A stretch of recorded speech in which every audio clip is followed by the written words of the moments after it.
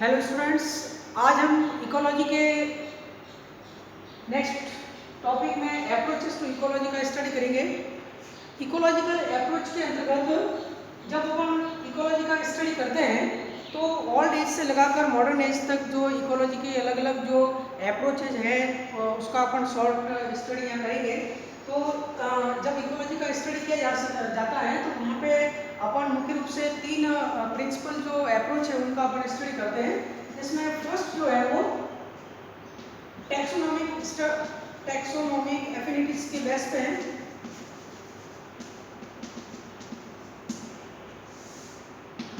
Ecology based on taxonomical affinities, यानी कि वर्गीकीय बंधुता जो होती है जीवों के मध्य, उनके आधार पर इकोलॉजी को किस प्रकार से स्टडी किया जाता है।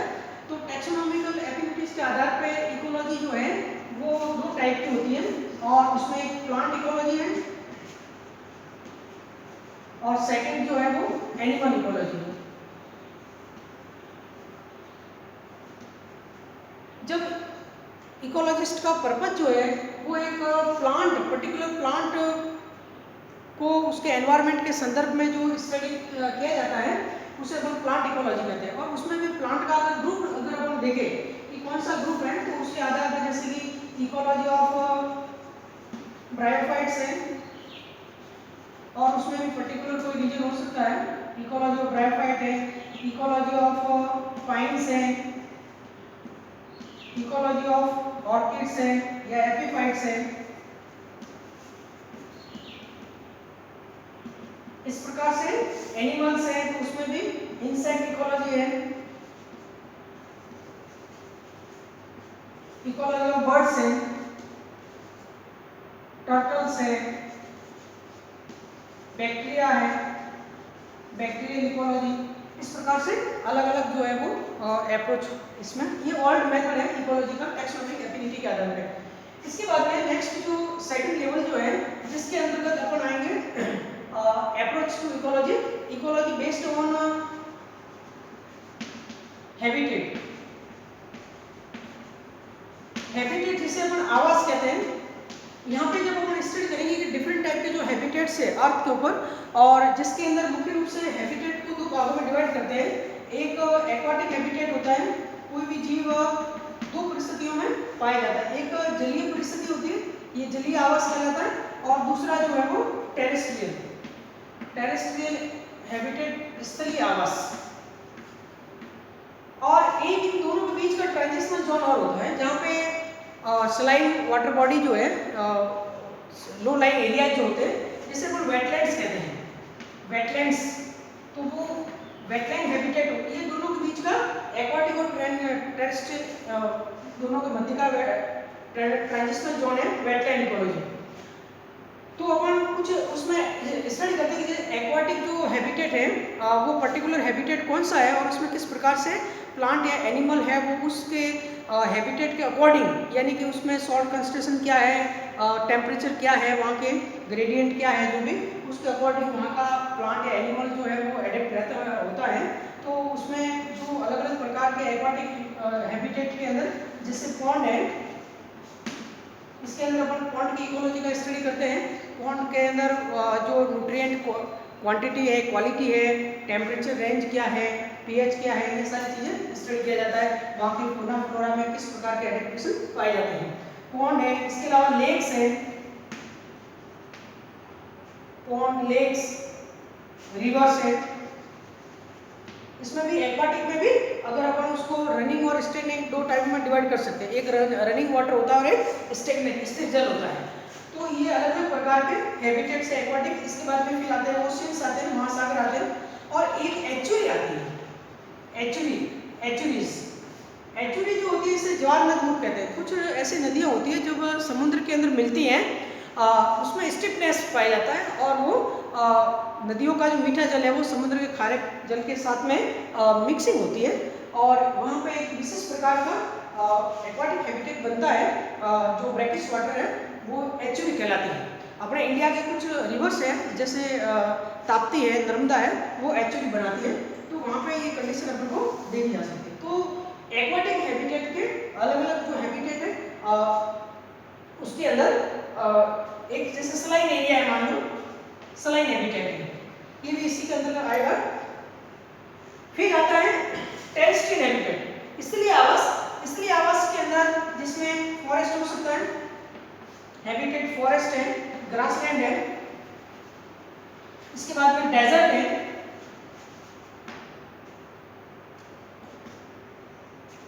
इस प्रकार से ये अलग अलग प्रकार के हैबिटेट हो सकते हैं। क्रॉपलैंड है, वेटलैंड है, वेटलैंड दोनों के बीच का ट्रांजिशनल जोन है।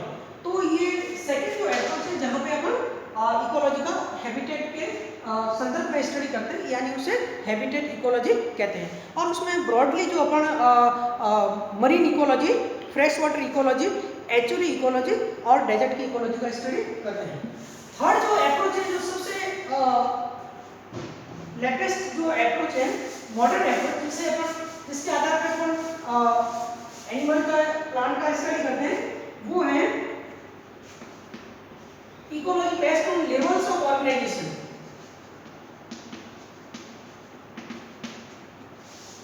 जीवों के संगठन के आधार पर, जीवों के संगठन के आधार पर इकोलॉजी को अलग अलग भागों में स्टडी करते हैं। अब जीव कोई भी, चाहे वो पादप जाति हो, जंतु जाति हो, एक जाति के ही सदस्य हो या अनेक जातियों के सदस्य हो, कुछ भी हो सकता है। तो उसमें अपन जब लेवल ऑफ ऑर्गेनाइजेशन के अंदर एक इंडिविजुअल स्पीसीज से लगा करके जब अपन उसमें हायरार्की की बात करते हैं, तो डिफरेंट टाइप की ग्रुपिंग जीवों में पाई जाती है। क्योंकि नेचर का एक इकोस्फीयर, बायोस्फीयर में ये कॉन्सेप्ट होता है होलिज्म का, जो आपने पहले स्टडी किया है कि कोई भी जीव है वो हमेशा समूह में रहना पसंद करता है। तो लेवल्स ऑफ ऑर्गेनाइजेशन के आधार पर इकोलॉजी दो टाइप की होती है। सबसे पहला ऑट इकोलॉजी है, ऑट इकोलॉजी, सेकंड है सिन इकोलॉजी। ऑट इकोलॉजी इसे शुद्ध पारिस्थितिकी विज्ञान कहते हैं, और इसके अंतर्गत जब अपन एक इंडिविजुअल ऑर्गेनिज्म का स्टडी करते हैं, study of individual organism in their environment, it means environment के साथ उसका क्या इंटर रिलेशनशिप है, क्या उसकी रिक्वायरमेंट है। और यहाँ पे जो मुख्य बातें जो स्टडी की जाती है, जिसके अंतर्गत सबसे पहला जो है ज्योग्राफिकल डिस्ट्रीब्यूशन आएगा, ज्योग्राफिक डिस्ट्रीब्यूशन, कोई भी स्पीसीज है उसका भौगोलिक वितरण क्या है। इसके बाद में फिर अपन उसकी मॉर्फोलॉजी का स्टडी करेंगे, टैक्सोनॉमी और उसका लाइफ साइकिल। और लाइफ साइकिल जब कंप्लीट करता है तो किस प्रकार से अपना जो हैबिटेट है, सराउंडिंग है, उसके साथ में वो इंटरेक्ट करते हैं, उनकी रिक्वायरमेंट क्या है, उनका क्या रोल है। तो ये ऑट इकोलॉजी के अंदर स्टडी किया जाता है। एक जीव पर्टिकुलर अपना लाइफ साइकिल कंप्लीट कर रहा है और उसके जो सराउंडिंग है चारों तरफ एबायोटिक फैक्टर है, उनके साथ इंटरेक्ट करता है। तो ये ऑट इकोलॉजिकल अप्रोच कहलाता है। अब आती है सिन इकोलॉजिकल अप्रोच। सिन इकोलॉजिकल अप्रोच के अंतर्गत अपन सबसे पहला जो सिन इकोलॉजिकल अप्रोच है, जहाँ पे देखिए यहाँ पे एक स्पीसीज के सिंगल इंडिविजुअल है। अब अपन एक ही स्पीसीज के ग्रुप ऑफ इंडिविजुअल की अगर बात करेंगे तो वो पॉपुलेशन कहलाता है, इसे समष्टि कहते हैं। ये पॉपुलेशन जो है समष्टि की परिभाषा क्या होती है, group of individual of the same species found at A time. एक ही समय विशेष में पाए जाने वाले या एक जातियों के सदस्यों का जो समूह है वो पॉपुलेशन कहलाता है। तो पॉपुलेशन के डिफरेंट कैरेक्टर्स हैं, वो अपन आगे डिटेल स्टडी करेंगे। तो सिन इकोलॉजिकल में सबसे पहला पॉपुलेशन इकोलॉजी कहलाता है। सेकंड जो है group of population, group of different species जो है, यहाँ पे एक ही स्पीसीज की ग्रुपिंग है। अब जब अपन बात करेंगे ग्रुप ऑफ डिफरेंट स्पीसीज की बात करेंगे तो ऐसी जो पॉपुलेशन है वो कम्युनिटी कहलाती है। तो नेक्स्ट जो आएगी वो कम्युनिटी इकोलॉजी कहलाएगी। कम्युनिटी इकोलॉजी चूंकि बायो जीवों की होती है इसलिए उसे बायोटिक कम्युनिटी के नाम से जाना जाता है। ये बायोटिक कम्युनिटी है।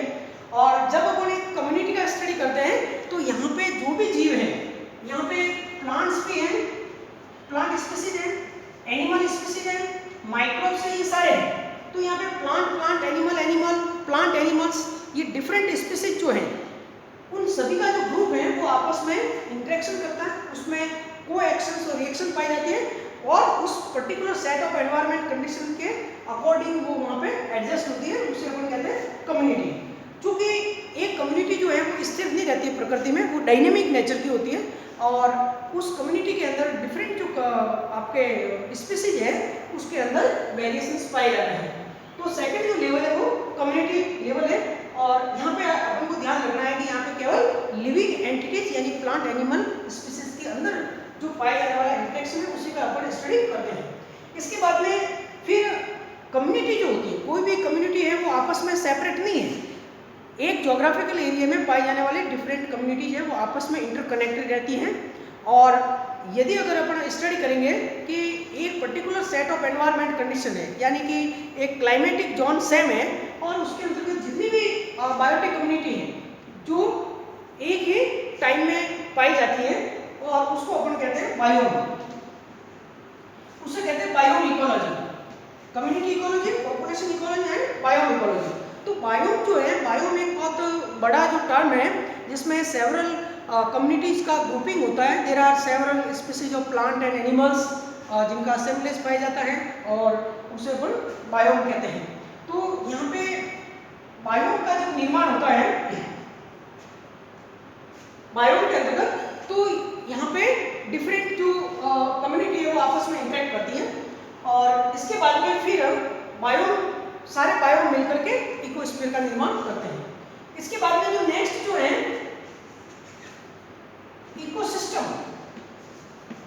इकोसिस्टम इकोलॉजी, ये सबसे इंपॉर्टेंट है। अगर मॉडर्न इकोलॉजी में सबसे इंपॉर्टेंट अपन बात करते हैं तो ये इकोसिस्टम इकोलॉजी है। कुछ इकोलॉजिस्ट ने इकोलॉजी की परिभाषा यही बताई है कि study of ecosystem is ecology. It means कोई भी जब कम्युनिटी है, एक कम्युनिटी जो है उसकी एक सराउंडिंग है और उसके जीव जब आपस में इंटरेक्ट करते हैं तब अपन उसको कम्युनिटी कहते हैं। परंतु अगर वो जीव वहाँ की पर्यावरणीय परिस्थितियों के साथ इंटरेक्ट करते हैं, एबायोटिक फैक्टर के साथ भी इंटरेक्शन करते हैं, तो वहाँ पे एक सिस्टम का निर्माण होता है, उसे अपन इकोसिस्टम कहते हैं।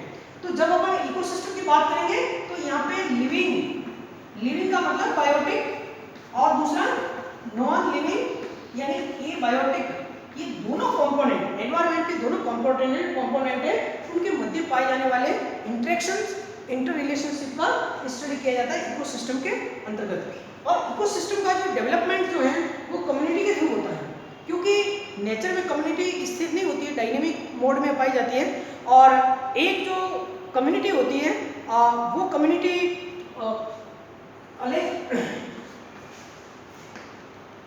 एक बायोटिक कम्युनिटी जो होती है पर्टिकुलर जहाँ एरिया है, और उस बायोटिक कम्युनिटी के अंतर्गत देखिए अलग अलग प्रकार की कम्युनिटीज होती है।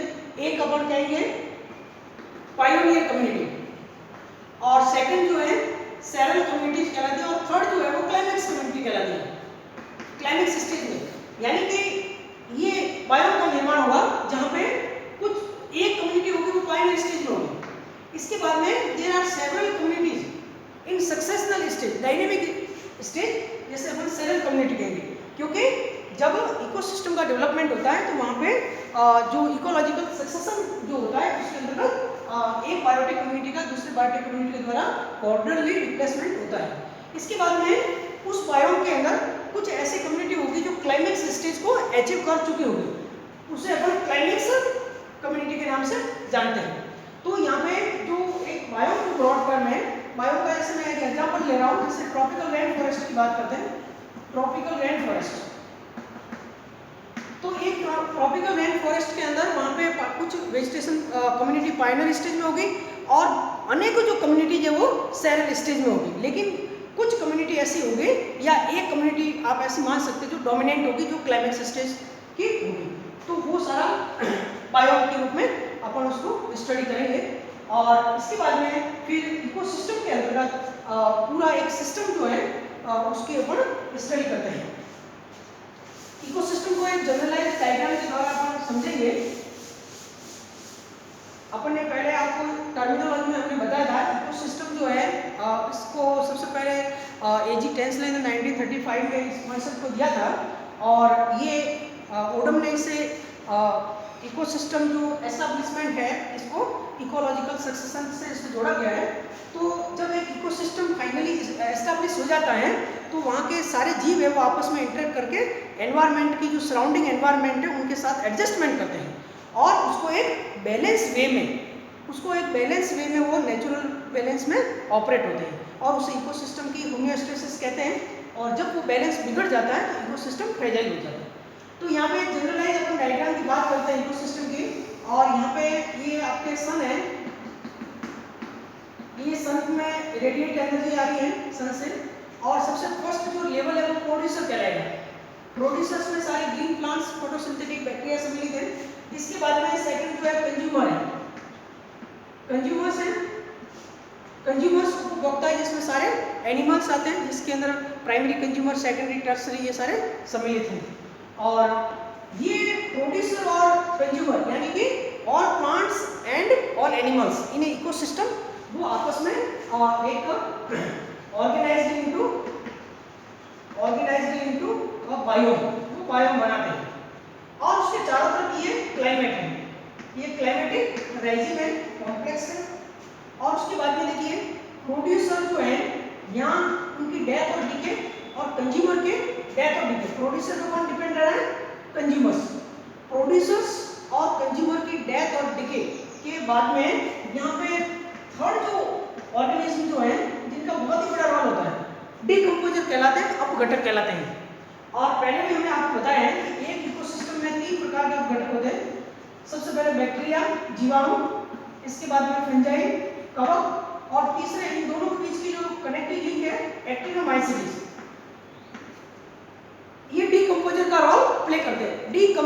डीकंपोजिशन का मतलब होता है कि कॉम्प्लेक्स ऑर्गेनिक मैटर को तोड़ा जाता है, सिंपल मटेरियल के अंदर उसको डीकंपोज किया जाता है, तो इसे डीकंपोजर कहते हैं। और चूंकि ये प्रोड्यूसर्स और कंज्यूमर के द्वारा जो सिंथेसिस किया गया कॉम्प्लेक्स ऑर्गेनिक मटेरियल है उसके ऊपर ये एक्शन करते हैं डेड होने के बाद में, और उनको सिंपल फॉर्म में अगेन अवेलेबल कराते हैं, जिसके द्वारा एक इकोसिस्टम में एक न्यूट्रिएंट पूल का निर्माण होता है। यहाँ पे एक न्यूट्रिएंट पूल का निर्माण होगा, और ये न्यूट्रिएंट पूल जो है, फिनिट न्यूट्रिएंट पूल जो है वो वापस इस इकोसिस्टम के अंदर वापस गेन किया जाता है। और ये न्यूट्रिएंट पूल जो है ये इनऑर्गेनिक फॉर्म में है, ये इनऑर्गेनिक फॉर्म में होगा। और ये प्रोड्यूसर्स जिसे अपन ऑटोट्रॉप्स भी कहते हैं, स्वपोषी जो जीव हैं, प्लांट्स हैं, उनके द्वारा अगेन ये अपटेक किया जाता है,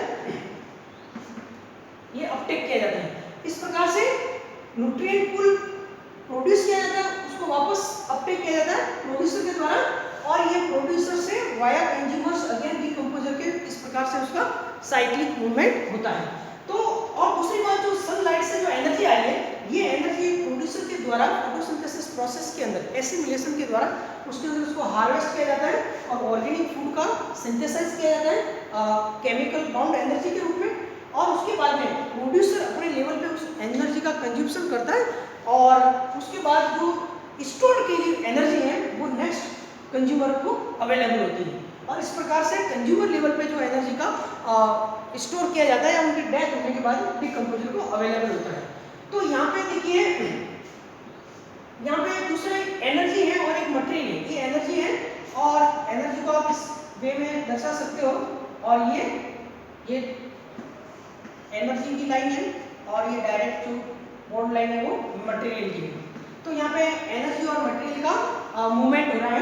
तो देखिए जो न्यूट्रिएंट्स है, एक इकोसिस्टम की अगर अपन हार्ट की बात करते हैं तो एक तो इसमें न्यूट्रिएंट यानी न्यूट्रिएंट साइक्लिंग पाया जाता है, पोषक चक्र पाया जाता है, और दूसरा उसमें एनर्जी फ्लो होता है। एनर्जी फ्लो में एक प्रॉफिट लेवल से नेक्स्ट प्रॉफिट लेवल तक जब एनर्जी पास होती है तो उसमें 90% एनर्जी का कंज्यूम्पशन होता है, ओनली 10% एनर्जी नेक्स्ट लेवल को प्राप्त होती है।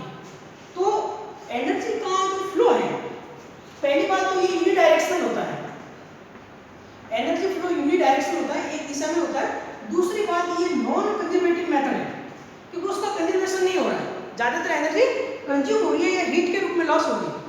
परंतु न्यूट्रिएंट साइक्लिंग जो है, न्यूट्रिएंट साइक्लिंग जो है जिसे हम बायोजियोकेमिकल साइकिल कहते हैं, और ये न्यूट्रिएंट साइक्लिंग प्रोड्यूसर, कंज्यूमर और डीकंपोजर के थ्रू ये साइक्लिक मूवमेंट होता रहता है और एक इकोसिस्टम के जो न्यूट्रिएंट है वो वापस गेन किए जाते हैं और जो नियर बाई इकोसिस्टम है वहां से उस न्यूट्रिएंट और एनर्जी का एक्सपोर्ट इंपोर्ट होता है।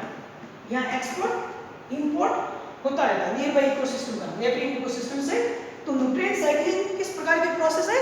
ये साइक्लिंग प्रोसेस है और ये कंजर्वेटिव प्रोसेस है, इसको अपन कंजर्वेटिव प्रोसेस भी कहते हैं। तो इस प्रकार से ये एक नेचुरल वे में इकोसिस्टम है वो ऑपरेट होते हैं। इसके अंतर्गत अपन डिफरेंट टाइप के इकोसिस्टम का स्टडी करते हैं, टेरेस्ट्रियल इकोसिस्टम, एक्वाटिक इकोसिस्टम। इसके बाद में इकोसिस्टम के कंपोनेंट्स हैं जिसमें एबायोटिक कंपोनेंट्स, बायोटिक कंपोनेंट। इसके बाद में फिर ये जितने भी जीव हैं, प्रोड्यूसर, कंज्यूमर, डीकंपोजर, इनके मध्य जो रिलेशनशिप है उसके अंतर्गत अपन 2-3 इंपॉर्टेंट जो बातें हैं जिसके अंदर सबसे पहले फूड चेन की बात करेंगे, फूड चेन। इसके बाद में फूड वेब, इसके बाद ecological pyramid, energy flow, nutrient cycling, ये कुछ इंपॉर्टेंट बातें हैं। Food chain, food web, ecological pyramid, energy flow और न्यूट्रिएंट साइक्लिंग, उसको अपन डिटेल उसका इकोसिस्टम का स्टडी करते हैं। और उसमें फूड वेब जो होता है ये उसका मेन पार्ट है। और एक इकोसिस्टम की होमियोस्टेसिस क्या होती है, बैलेंस क्या होता है इकोसिस्टम का, ये बहुत ही अनिवार्य है। और फूड वेब जो है वो उसका मेन प्रिंसिपल है कि फूड वेब जितना कॉम्प्लेक्स होगा, खाद्य जाल जितना जटिल होगा, उतना इकोसिस्टम अधिक मजबूत होगा। तो ये नेचर में जैसे कुछ एक अपन बात करते हैं, जैसे ओशियन इकोसिस्टम है, ये सबसे कॉम्प्लेक्स और लार्जेस्ट इकोसिस्टम है, ocean ecosystem. Tropical land forest ecosystem की बात करेंगे, ये भी काफी डेंस और कॉम्प्लेक्स होता है और स्ट्रेंथ ज़्यादा होती है। लेकिन अगर मैं बात करूँ एक मैंग्रोव इकोसिस्टम की बात करता हूँ या फिर मैं कोरल इकोसिस्टम की बात करता हूँ, मैंग्रोव और कोरल इस प्रकार के इकोसिस्टम है जो नेचर में फ्रेजाइल नेचर के होते हैं, ये और कम स्थिर होते हैं, इतने स्ट्रॉन्ग नहीं होते हैं। तो आज अपन ने अप्रोचेस टू इकोलॉजी के अंदर 3 प्रिंसिपल अप्रोचेस, जिसके अंदर टेक्सोनॉमिकल एफिनिटीज के आधार पर इकोलॉजी का क्लासिफिकेशन, सेकंड हैबिटेट के संदर्भ में जो अपन स्टडी करते हैं वो हो गया, और तीसरा जो है सबसे इंपॉर्टेंट लेवल ऑफ ऑर्गेनाइजेशन के अंतर्गत ऑट इकोलॉजी और सिन इकोलॉजी। ऑट इकोलॉजी के अंतर्गत एक पर्टिकुलर इंडिविजुअल ऑर्गेनिज्म का उनके एनवायरनमेंट के साथ इंटर रिलेशनशिप का स्टडी किया जाता है, जबकि सिन इकोलॉजी के अंदर ग्रुप ऑफ ऑर्गेनिज्म का उन जीवों के मध्य इंटरेक्शन और साथ में एनवायरनमेंट के साथ इंटरेक्शन किया जाता है। और सिन इकोलॉजी के अंदर अपन पॉपुलेशन इकोलॉजी का स्टडी करते हैं, कम्युनिटी इकोलॉजी का स्टडी करते हैं, बायो इकोलॉजी का स्टडी करते हैं और इकोसिस्टम इकोलॉजी का स्टडी करते हैं। Thank you.